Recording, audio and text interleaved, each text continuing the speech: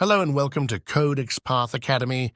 Don't forget to hit the subscribe button to be a part of this amazing community. Today, we'll be looking at solid principles, the 5 golden rules to level up your coding skills. In the diverse realm of software development, few practices have achieved consensus as a guaranteed path to becoming a better software engineer, quite like the solid principles. The 5 golden rules, which were formalized in the early 2000s by Robert C. Martin, have set new standards for better code quality and decision-making processes. Solid principles are specially designed to support the OOP, Object-Oriented Programming Paradigm. The language that will be used here is TypeScript, following common cross-language OOP concepts. So sit tight and subscribe. The first one we'll be looking at today is S, Single Responsibility Principle, SRP. Single Responsibility Principle is one of the 5 solid principles, which states that each class should have only one responsibility. Following the SRP rule helps make code components reusable, loosely coupled, and easily comprehensible. For example, take a look at the global declarations.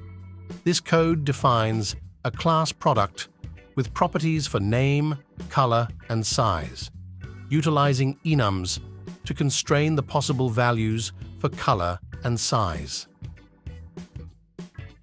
Violation.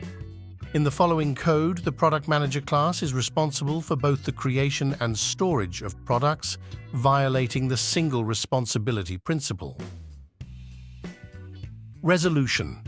Separating the handling of product creation and storage into 2 distinct classes reduces the number of responsibilities of the product manager class. This approach further modularizes the code and makes it more maintainable. The next one is O, Open-Closed Principle, OCP. Software entities should be open for extension, but closed for modification. The open-closed principle, OCP, is all about write it once, write it well enough to be extensible, and forget about it. The importance of this principle relies on the fact that a module may change from time to time based on new requirements.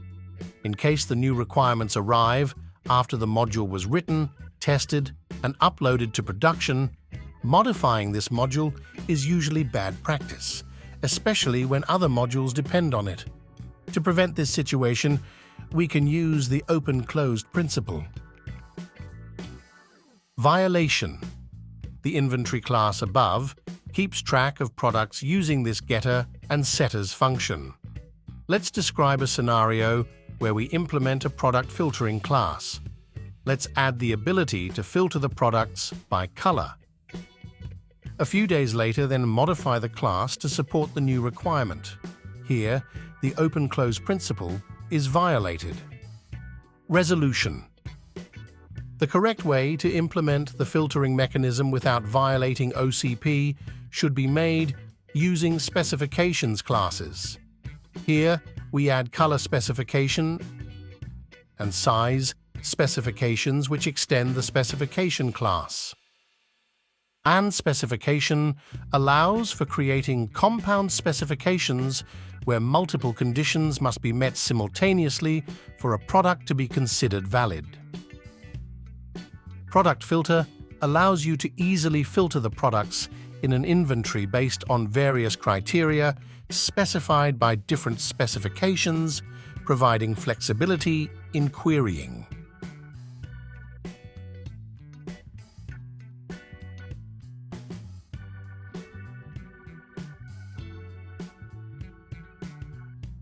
The filtering mechanism is now fully extensible. The existing classes should never be modified anymore. L. Liskov's Substitution Principle, LSP.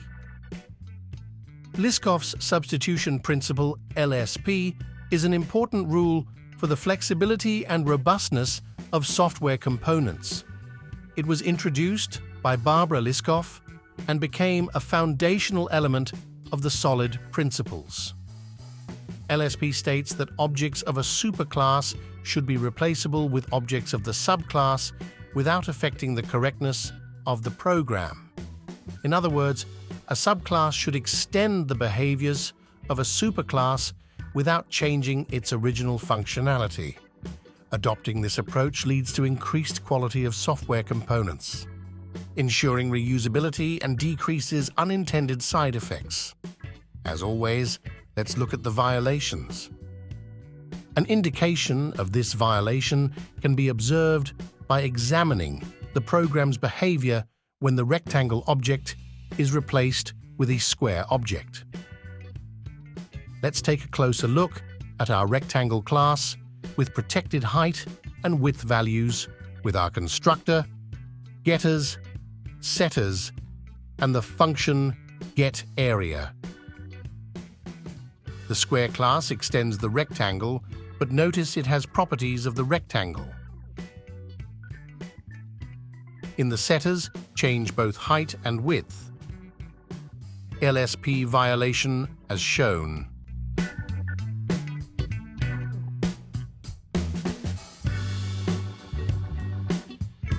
LSP violation indication cannot replace object rectangle superclass with square subclass since the results would be different as seen in the console log. LSP violation increment rectangle width changed both width and height of the square, which is an unexpected behavior. Resolution.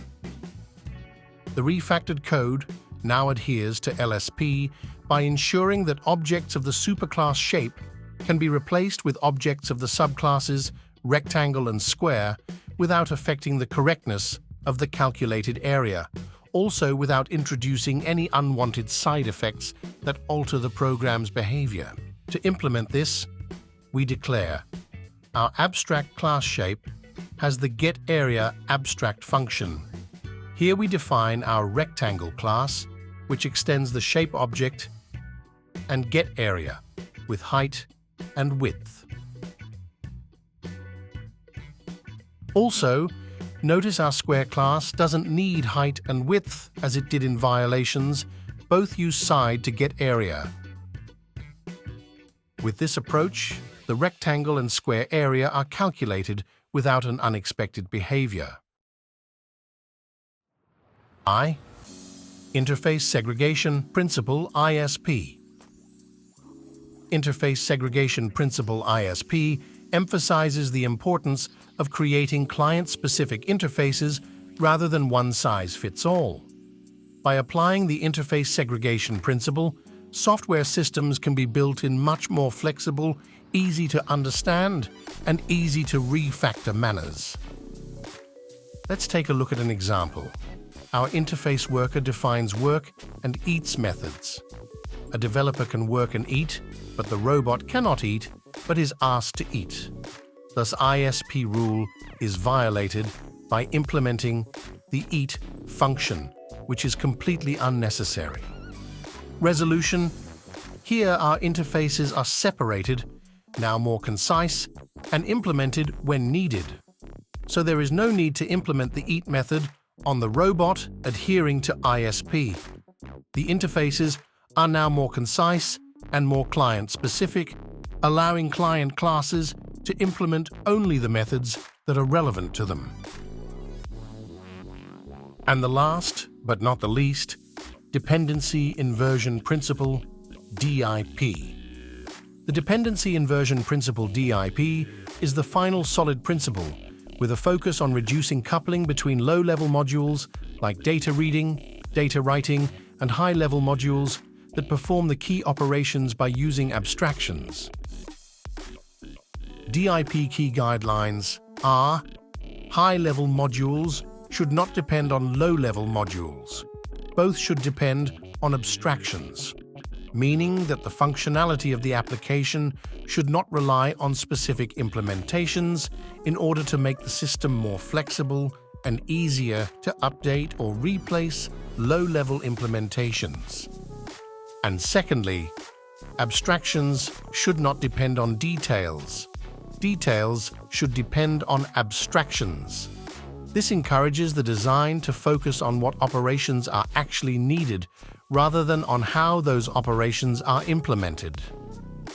Violation, message processor high-level module, is tightly coupled and directly dependent on the file logger low-level module, violating the principle because it does not depend on an abstraction layer, but rather on a concrete class implementation. If we would like to change the logging mechanism to write to the database instead of to a file, we would be forced to directly modify the message processor function. Resolution. The following refactored code represents the changes needed to be made in order to adhere to the Dependency Inversion principle DIP.